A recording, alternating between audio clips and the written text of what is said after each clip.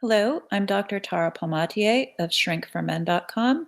You can find information about my website below the video, as well as my contact information if you're interested in scheduling a session. The topic of this video is surviving the holidays with a narcissist. If anyone watching this has ever spent Christmas, Hanukkah, whatever you celebrate, with a narcissist, then you've probably experienced their special brand of joy during that time of year. Okay, here we go.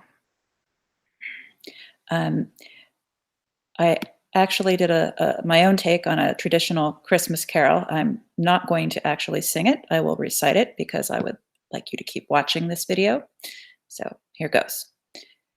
Ding dong, ding dong, ding dong, ding dong. It's the most triggerful time of the year, with narcissists yelling and borderline dysregulation swelling, inducing fear. It's the most triggerful time of the year. It's the crappiest season of all, with fake Facebook greetings, emotional beatings, and your family forbidden to call. It's the crappiest season of all. My dogs are making noise because they don't want to hear me sing. There'll be parties for pouting, traditions for flouting, and tantruming out in the snow. There'll be confabulated stories and tales of the glories of much better boyfriends and girlfriends long, long ago. It's the most triggerful time of the year. Okay, that was humiliating. The holidays.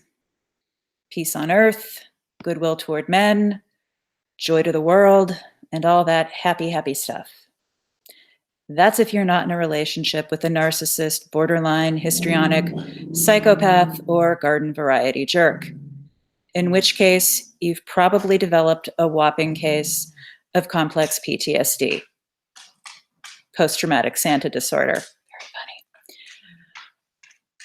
I'm not talking about having the holiday blues. Many people feel a little down this time of year. Dysfunctional family childhood memories, social isolation, consumerism, the state of the world, not being in a relationship can make anyone feel a little more sad in December. If this is true of you, practice good self-care, be gentle with yourself, and ride it out. It'll pass. Now, what I'm talking about are personality disordered people who often intensify their usual hell on earth, ill will toward men, and suffering to the world during the holiday season, or any special occasions for that matter.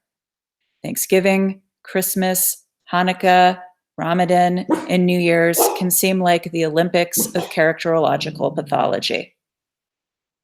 So what can you do to make the holidays easier for you? Yes, you. Forget about preventing your narcissist, borderline, or psychopath from getting her or his Grinch on. That's most likely going to happen no matter what you do. So why not do what's good for you for a change? To be clear, the more you do for a narcissist, borderline, histrionic, or psychopath, the more demanding, ungrateful, and contemptuous they typically become. Feeding entitlement begets more entitlement. If you accept that, then I ask you again, what can you do to make the holidays easier for you? Schedule self-care. Make time to go to the gym. Eat healthfully. I know it can be difficult to make time for yourself, especially during the holidays, and especially if your crazy is up your backside nonstop, but try. Take a walk, shovel snow, go grocery shopping. If it gets you out of the house and away from them, do it. If it involves some kind of physical labor, or any kind of work for that matter, it should be easier to make a break for it. Tell them you're going gift shopping for them. If that means taking a quiet walk in the woods to think of the perfect present, wink, wink, so be it. Because there is no perfect present for a narcissist. Don't cause yourself unnecessary stress. Has the narcissist ever really been happy with his or her presence, even when you've given her exactly what she's asked for? Don't sweat finding the perfect gift. It won't be good enough. Or it will be exactly what she wants, but you either A, only did it to make others think you're a good husband because you're really not, or B, it doesn't count because she had to tell you what she wanted, and if you really loved her, you would have known without her having to tell you. When there's no chance of succeeding, why worry about failing? Let go and embrace the failure. It's way easier. Don't overindulge. While it may be tempting to motorboat a gallon of heavily spiked eggnog or buzzsaw your way through mountains of cookies, don't do it. The crash from sugar and alcohol will only make you feel worse. Enforce boundaries or accept the impending drama / silent treatment. One or the other. If your wife or husband or girlfriend or boyfriend runs up the credit cards, you have 3 choices. 1, stress over it and say nothing. 2, stress over it and try to explain, again, why going into more debt for presents is bad. 3, shut the card off and then ignore the screaming, crying, guilt-tripping, sulking, and being portrayed as the bad guy or bad gal to any and all who will listen, including the kids.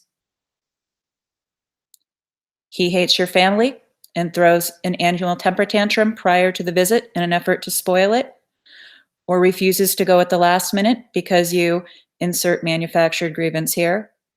You know he would have gone. Heck, he wanted to go, but you had to do what you did. Tisk, tisk, tisk.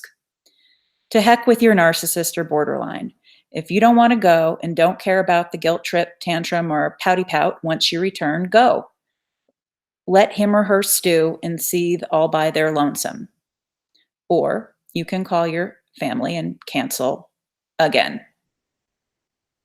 Why do narcissists do this? Typically, narcissists don't like going anywhere or doing anything that isn't either all about them or about something that interests them, like themselves. Sorry, I just lost my place. Okay. Spending time with your family probably means the narcissist is going into an environment in which they have to behave themselves, and it won't be all about them. It also hurts you and isolates you, which is win-win for the narcissist. Lower your expectations. Expect the worst.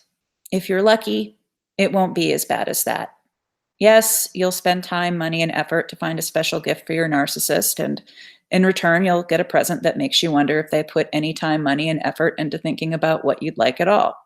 Newsflash, they didn't. Does anyone actually want a pair of ratty acrylic fur slippers, 2 sizes too big, from Restoration Hardware? Or a package of D-cell batteries bought from the AMPM Mini Mart? True stories happen to clients. Call a seasonal strike. If you can opt out of the typical holiday melodrama, for example, if you're crazy or crazies are your family of origin and not your spouse, do it. Stay home and do it a Planet of the Apes marathon. Spend the day with friends instead. Volunteer at a local charity or just pretend like it's any other day of the year. Consider Christmas future. Do you really want to spend another November, December like this one? Like the last 5 or 10 more? Would you like to spend time with your family and friends without the drama and emotional torture? Would you like to have fun going to a tree lot and decorating without an adult toddler dumping on it? Or how about being able to simply enjoy a peaceful, contemplative end of the year? You can do and have all these things, but not if you remain in a toxic, dysfunctional relationship. You can't become healthy while in a relationship that's the equivalent of a radioactive waste zone. And on that note, happy holidays. Thank you for watching. Again, you can find me at shrinkformen.com, and my email is shrinkformen@gmail.com. Hope you find this helpful.